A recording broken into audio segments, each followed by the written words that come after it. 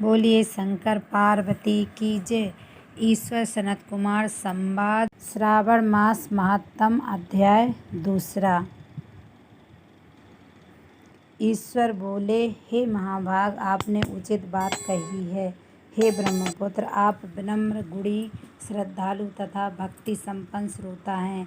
हे अनग, आपने श्रावण मास के विषय में विनम्रतापूर्वक जो पूछा है उसे तथा जो नहीं भी पूछा है वह सब अत्यंत हर्ष और प्रेम के साथ में आपको बताऊंगा। द्वेष न करने वाला सबका प्रिय होता है और आप उसी प्रकार के विनम्र हैं। वह सब अत्यंत हर्ष तथा प्रेम के साथ मैं आपको बताऊंगा। द्वेष न करने वाला सबका प्रिय होता है और आप उसी प्रकार के विनम्र हैं, क्योंकि मैंने आपके अभिमानी पिता ब्रह्मा का 5वां मस्तक काट दिया था, तो भी आप उस द्वेष भाव का त्याग कर मेरी शरण को प्राप्त हुए हैं। अतः हे तात, मैं आपको सब कुछ बताऊंगा, आप एकाग्रचित्त होकर सुनिए। हे योगिन, मनुष्य को चाहिए कि श्रावण मास में नियम पूर्वक नक्त व्रत करे और पूरे महीने भर प्रतिदिन रुद्राभिषेक करे। अपनी प्रत्येक प्रिय वस्तु का इस मास में त्याग कर देना चाहिए। पुष्पों, फलों, दांतों, तुलसी की मंजरी तथा तुलसी दलों और बिल्व पत्रों से शिव जी की लक्ष्य पूजा करनी चाहिए। 1 करोड़ शिवलिंग बनाना चाहिए और ब्राह्मणों को भोजन कराना चाहिए। महीने भर धारण, पारण, व्रत अथवा उपवास करना चाहिए। इस मास में मेरे लिए अत्यंत प्रीतिकर पंचामृत अभिषेक करना चाहिए। इस मास में जो जो शुभ कर्म किया जाता है वह अनंत फल देने वाला होता है। हे मुनि, इस माह में भूमि पर सोएं, ब्रह्मचारी रहें और सत्य वचन बोलें। इस मास को बिना व्रत के कभी व्यतीत नहीं करना चाहिए। फलाहार अथवा हविष्यान ग्रहण करना चाहिए। पत्ते पर भोजन करना चाहिए। व्रत करने वाले को चाहिए कि इस मास में शाक का पूर्ण रूप से परित्याग कर दे, यानी कि पत्ता वाली सब्जी का। हे मुनि श्रेष्ठ, इस मास में भक्ति युक्त होकर मनुष्य को किसी न किसी व्रत को अवश्य करना चाहिए। सदाचारण परायण, भूमि पर शयन करने वाला, प्रातः स्नान करने वाला और जितेंद्रिय होकर मनुष्य को एकाग्र किए गए मन से प्रतिदिन मेरी पूजा करनी चाहिए। इस मास में किया गया पुण्यचरण निश्चित रूप से मंत्रों की सिद्धि करने वाला होता है। इस मास में शिव के षडाक्षर मंत्र का जाप अथवा गायत्री मंत्र का जप करना चाहिए और शिव जी की प्रदक्षिणा, नमस्कार तथा वेद पारायण करना चाहिए। पुरुष सूक्त का पाठ अधिक फल देने वाला होता है। इस मास में किया गया गृह यज्ञ, कोटि होम, लक्ष्य होम तथा अयुत होम शीघ्र ही फलीभूत होता है और अभिष्ट फल प्रदान करता है। जो मनुष्य इस मास में एक भी दिन व्रतहीन व्यतीत करता है वह महाप्रलय पर्यंत घोर नरक में वास करता है। यह मास मुझे जितना प्रिय है उतना कोई अन्य मास प्रिय नहीं है। यह मास सकाम व्यक्ति को अभिष्ट फल देने वाला तथा निष्काम व्यक्ति को मोक्ष प्रदान करने वाला है। हे सत्तम, इस मास के जो व्रत तथा धर्म हैं उन्हें मुझे से सुनिए। रविवार को सूर्य व्रत तथा सोमवार को मेरी पूजा और नक्त भोजन करना चाहिए।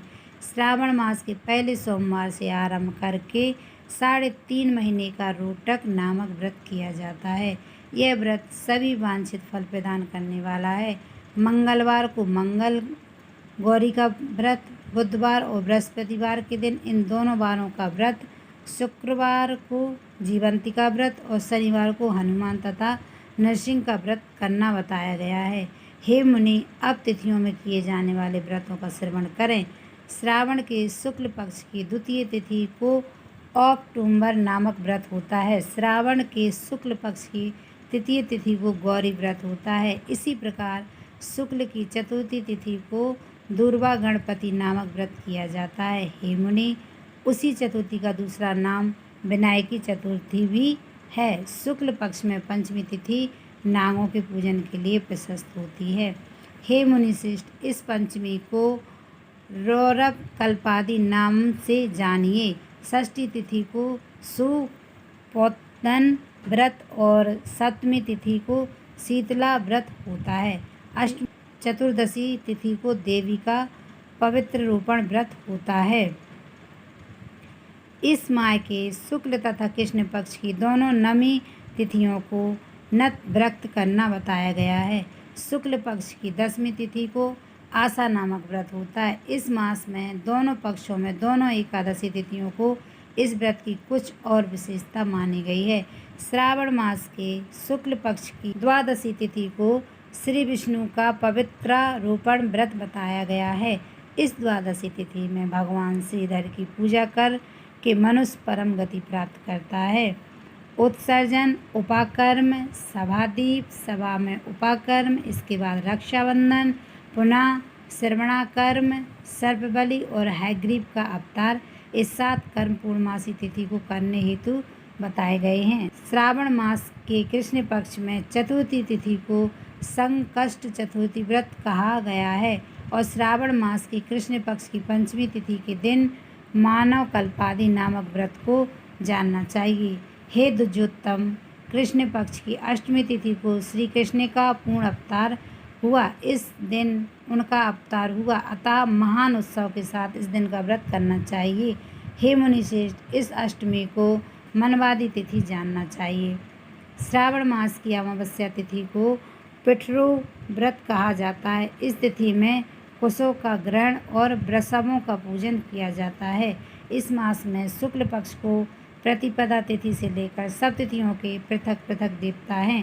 प्रतिपदा तिथि के देवता अग्नि, द्वितीय तिथि के देवता ब्रह्मा, तृतीय तिथि की गौरी और चतुर्थी के देवता गणपति हैं।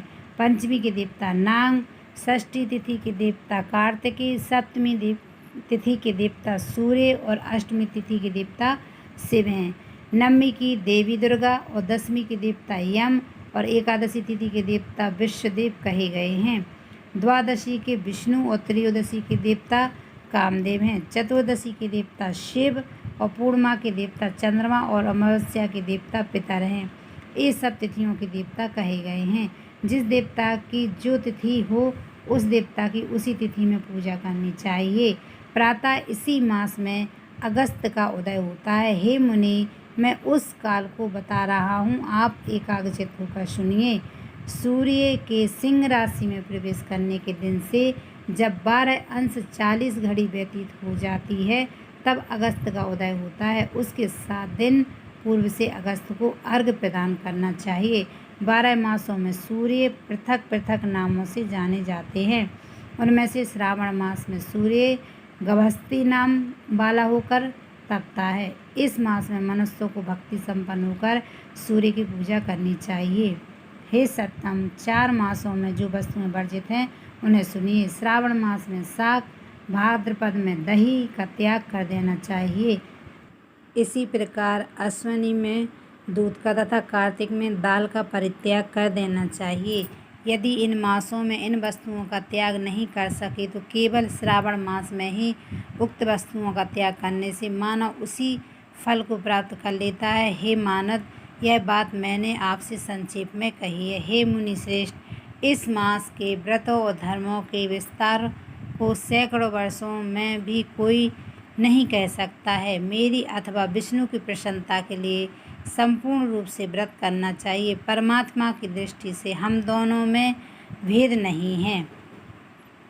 परमार्थ की दृष्टि से हम दोनों में भेद नहीं है। जो लोग भेद करते हैं वे नरकगामी होते हैं। अतः हे सनत कुमार, आप श्रावण मास में धर्म का आचरण कीजिए। इस प्रकार ईश्वर सनत कुमार संवाद के अंतर्गत श्रावण व्रतों उद्देश्य कथन नामक दूसरा अध्याय पूर्ण हुआ। भगवान शंकर और भगवान विष्णु में हमें कोई भेद नहीं करना चाहिए क्योंकि दोनों एक ही हैं। बोलिए शंकर की जय। ओम नमः शिवाय। बोलिए शंकर पार्वती की।